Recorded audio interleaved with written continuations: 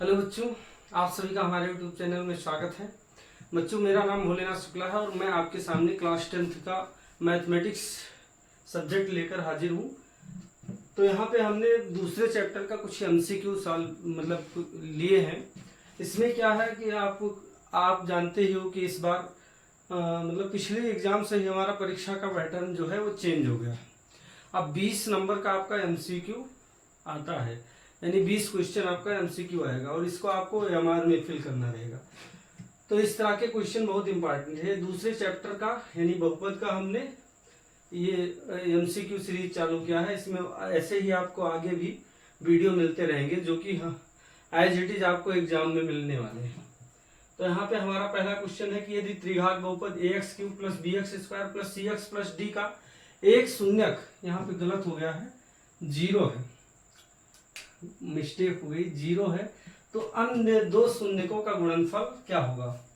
तो हम जानते हैं कि अगर हमें अन्य दो शून्यकों का गुणनफल चाहिए, अब ये अगर त्रिघात बहुपद ax³ + bx² + cx + d है, तो उसके एक एक शून्यकों को लेकर उसके मूलों का योग क्या होता है, अल्फा + बीटा + गामा।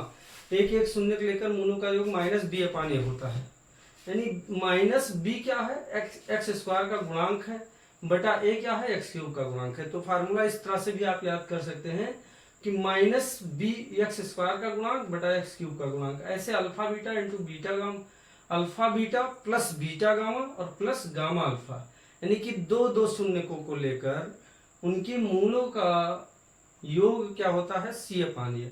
और c क्या है यहाँ पे, c है x का गुणांक और ये क्या है x³ का गुणांक। तो इस तरह से भी आप याद कर सकते हैं।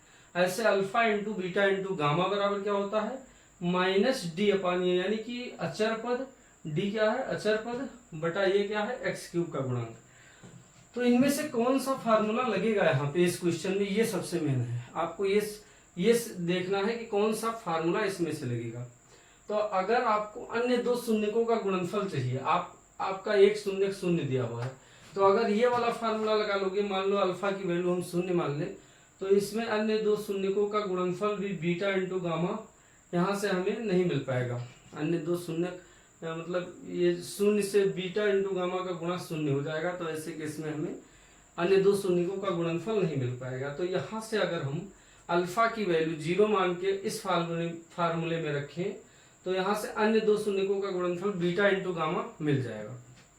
तो मान लो मतलब कि अगर त्रिघात बहुपद है तो आपको पता है 3 शून्यक ही होंगे, क्योंकि किसी भी बहुपद के शून्यकों की संख्या आप जानते हो कि बहुपद की कोटि के बराबर होता है, यानी सबसे बड़ी घात, और यहाँ सबसे बड़ी घात 3 है, तो यानी कि इसके 3 शून्यक होंगे।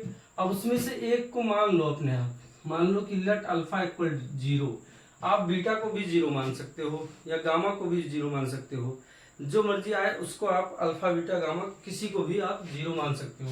तो बाकी दोनों का गुणनफल आ जाएगा। जैसे आपने अल्फा को 0 मान लिया तो बीटा इंटू गामा आ जाएगा। मान लो आपने बीटा को 0 मान लिया होता तो ये दो चीजें 0 हो जाती, गामा और अल्फा का गुणनफल आ जाता।